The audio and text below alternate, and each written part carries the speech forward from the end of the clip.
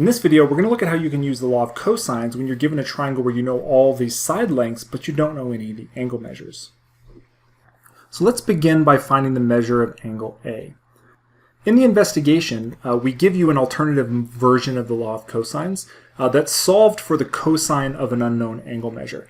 And this is a convenient form to use in cases like this. So this form would be that the cosine of the measure of angle A is going to be equal to the ratio of a squared minus b squared minus c squared divided by 2 times b times c, negative 2 times b times c. So let's fill in the information that we know. So a squared, the side length across from the angle measure we're looking for here. So that's 9 squared minus 8 squared minus 12 squared over negative 2 times 8 times 12. So that'll be negative 127 over negative 192. So the cosine of the measure of angle A will be equal to that ratio. So then the measure of the angle A will be the arc cosine, or the inverse cosine of that ratio.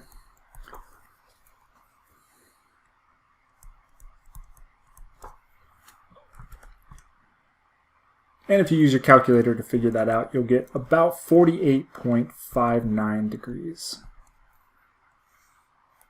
So we can add that into our original information here. 48.59 degrees for the measure of angle A. So now we can actually do a couple different things. We only need 2 more unknown angle measures. Once we find one of these 2, we can just use the fact that the 3 angle measures in a triangle have to sum to 180 degrees to figure out the third angle measure. So we really just got to figure out one more of these, and then the third one's pretty easy. We can use the law of sines now because we do know an angle measure pair and an angle measure and an opposite side length pair. However, just because we're practicing the law of cosines, let's just go ahead and use the law of cosines again to figure out one of these angle measures. What's kind of nice about this is if you use the law of cosines in a case like this, you don't have to worry about whether the angle measures are acute or obtuse anymore, because the inverse cosine function will return angle measures between 0 and 180 degrees. So you actually don't have to worry about that kind of ambiguous case idea with the law of sines. So let's just go ahead and use the law of cosines. It's a little bit safer to avoid some confusion there. So let's go ahead and figure out measure of angle C. So again, in this form, cosine of the measure of angle C will be equal to the ratio c squared minus a squared minus b squared over negative 2 times a times b.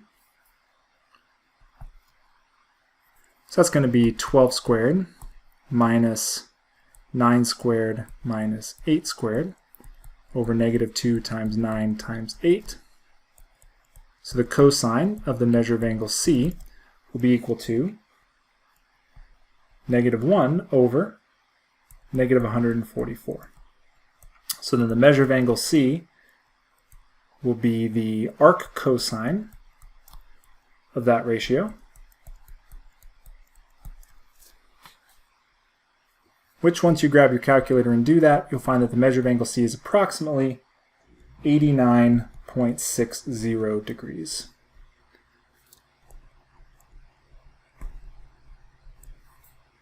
All right, so now we have 2 of the 3 missing angle measures.